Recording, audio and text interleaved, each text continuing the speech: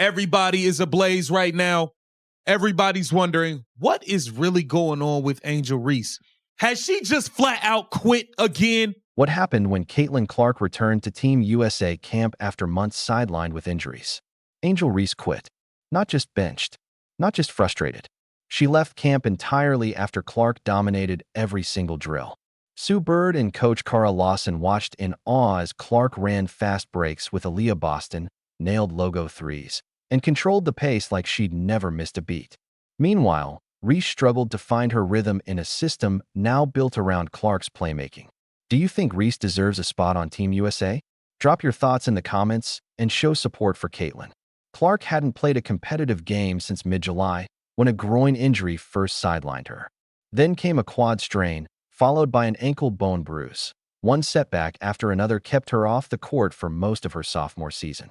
After a rookie year where she shattered 62 records, fans and teammates wondered, had she lost her edge? The gym was electric with tension as she took her first shots and ran her first plays. Would her explosiveness still be there? Would the injuries slow her down? Would months away from competition show in her game?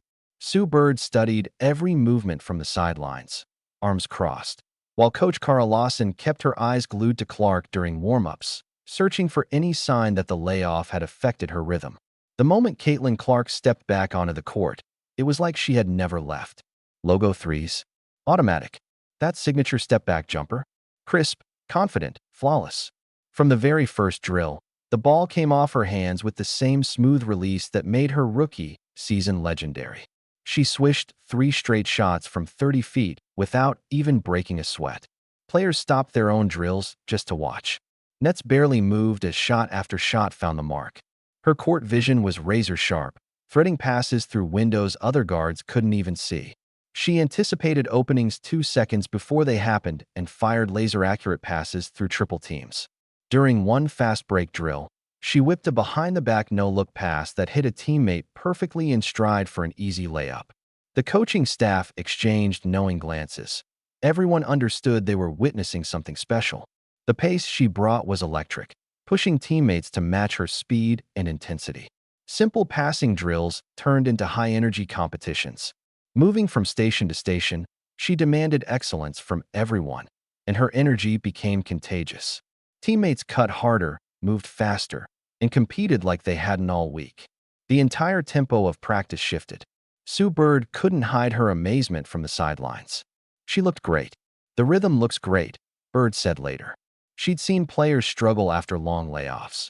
Clark made it look effortless. Coach Cara Lawson was equally impressed. Clark looked sharp on both ends, fully locked in, and hadn't missed a beat. And this wasn't just a return to form. Within hours, it was clear Clark was operating at an even higher level than before the injuries. Her decision-making was sharper, her leadership stronger, and her voice carried a confidence and authority that teammates immediately responded to. Every possession she controlled flowed with perfect timing and execution. Clark's dominance proved she was ready to lead Team USA into a new era. Months of rehab hadn't weakened her, they had refined her. She came back hungrier, smarter, and more determined than ever to show her rookie success wasn't a fluke. The 2026 World Cup and 2028 Olympics suddenly looked brighter, but her individual brilliance was just the start of what would unfold at camp. Angel Reese's reaction revealed a lot about her own character.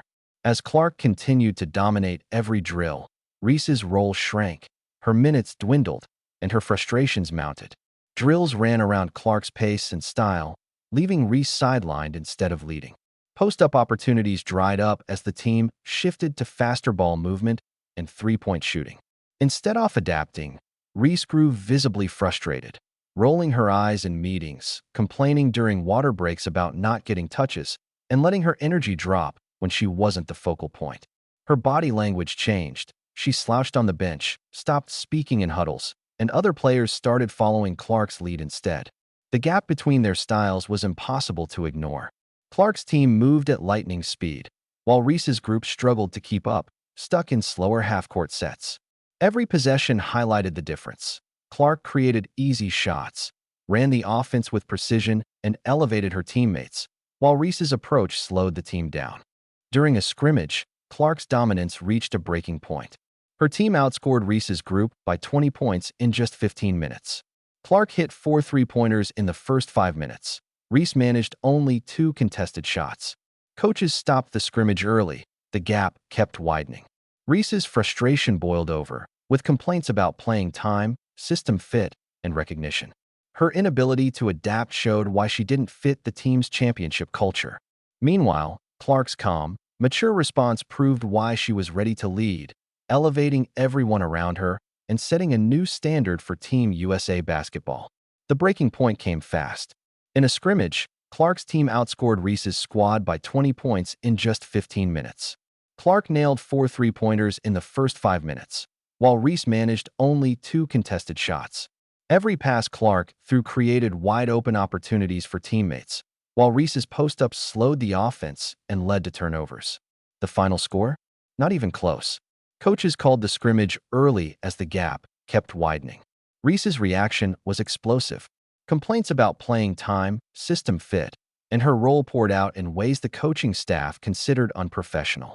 She argued the offense didn't highlight her strengths in the paint and questioned why Clark was running so many plays as the primary option. Her voice got louder as she demanded more post touches and slower sets. Reese's grievances weren't just about basketball strategy, they were personal. She felt overlooked despite her college dominance and WNBA achievements and expected an automatic roster spot. But Team USA made it clear, no player has guaranteed placement. Spots are earned on performance, not reputation. Reese couldn't handle that reality. Before the final evaluation period even began, she walked away. Her exit sent a message. Team USA is building around players who rise under pressure, not crumble when challenged. Clark's calm, mature response showed exactly why she's ready to lead.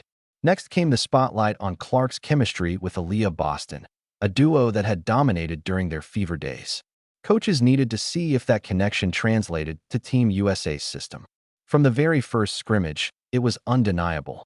Clark's passes found Boston in perfect position every time. Boston cut to the basket, Clark threaded passes through 3 defenders, and every play looked automatic. Their communication was silent but flawless. Defensive stops turned into fast break points in seconds, and their timing and spacing left the rest of the team scrambling to keep up. Boston's ability to stretch the floor opened driving lanes for Clark that hadn't existed before.